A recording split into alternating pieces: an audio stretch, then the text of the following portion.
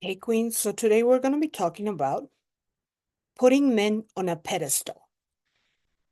What are the ways that you are putting men on a pedestal? And what happens when you do that? So, a lot of times you're putting men on a pedestal without knowing it. And today we're going to cover that. But first of all, what is the issue with putting men on a pedestal? Putting men on a pedestal puts you in the masculine energy in the dynamic. Instead of him putting you on a pedestal, you are putting him on a pedestal.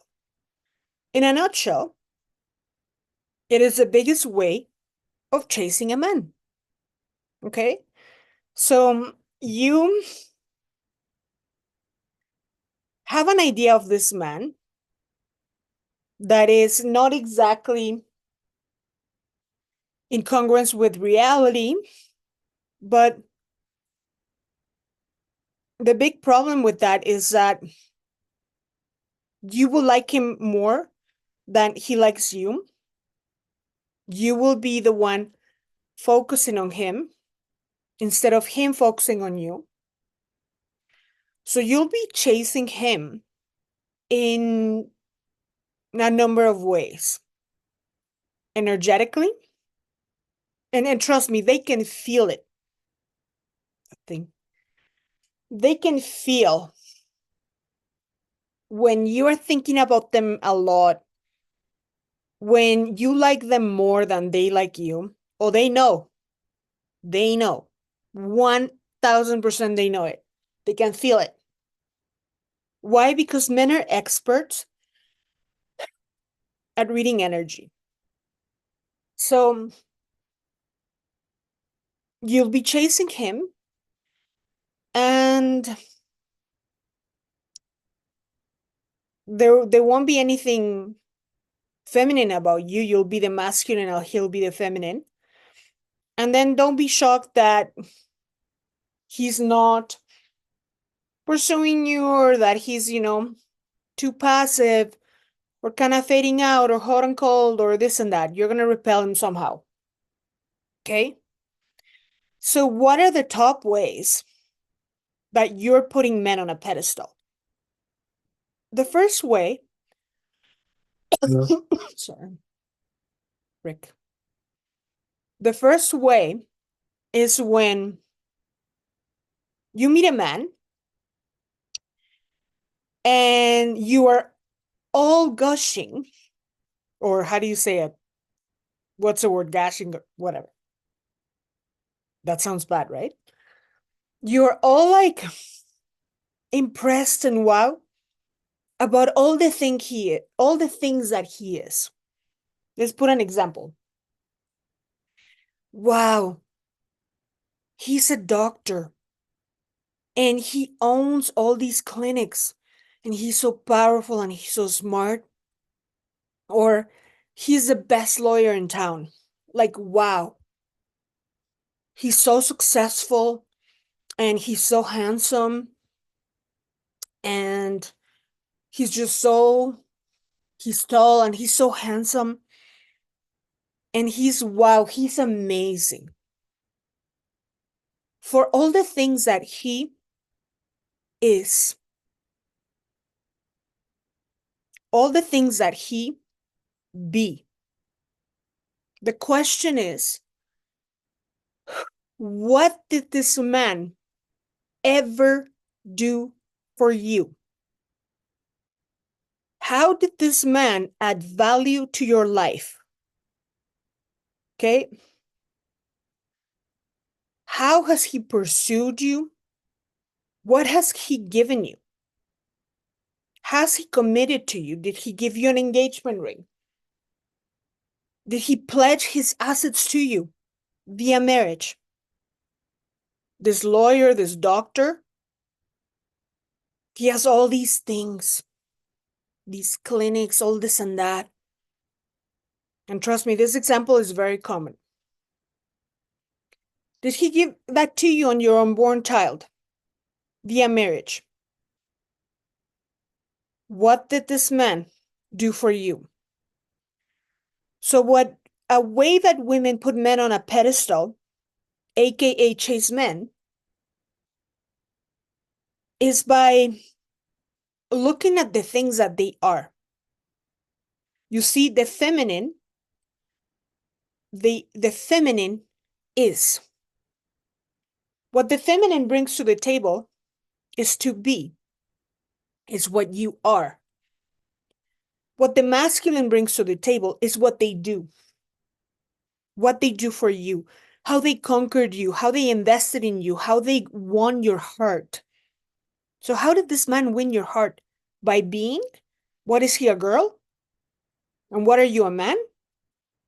So this part is one of the biggest ones, when you're focusing on what he is rather than what he does for you and the value that he brings to you. Okay? The commitment he gives to you. Another one is when you focus on only one man. Because again, why this specific man? Why should he have all your attention? Did he propose to you? Oh, because he's all these things. I like him. I'm so into him. But why should you only put your energy and attention in one guy when he's nothing to you? There's nothing, you know, tying you guys up or anything. There's nothing to commit to, or, so you focusing on the one guy, just going out with one guy, having a boyfriend, is a huge way that you put men on a pedestal, aka you're chasing him, you're waiting for him to make some kind of decision on you, waiting on him to be convinced that you're it, that you're the one. By putting your attention in one guy, you're waiting for him to get to know you, aka be convinced that you are the one, waiting for him for a century for him to propose.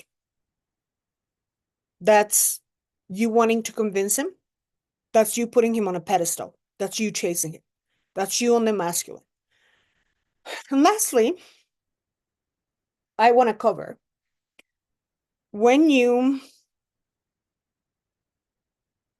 are with someone. This is very common in marriage. I've talked about this, how the Mexican women growing up, all I saw was the trad wives worshiping their husbands, putting them on a pedestal. Kind of like their life revolves around them, their husbands.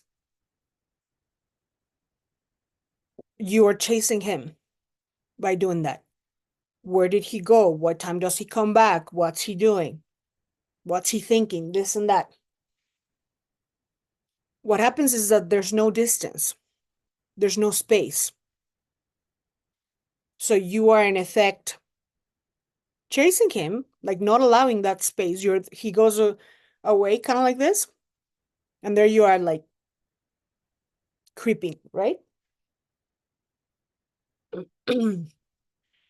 And there's no such a thing as rocking the boat, right? You're afraid to rock the boat. Why? Because you're putting him first instead of your needs and being firm about it. So that's you putting him on a pedestal. And you're chasing him again when you're afraid to rock the boat and walk away. So if you want to be the masculine, go ahead and put men on a pedestal the way I just described. If you want to be on the feminine energy side, don't put them on a pedestal. They're only important when they're showing up for you, when they are chasing you, when they are coming to you, doing things for you, all of that. Okay, when they are the ones on the masculine end, right? And when they have shown up for you. So think about it and let me know in the comments if you've done this and how that panned out. And I'll talk to you guys later. Bye now.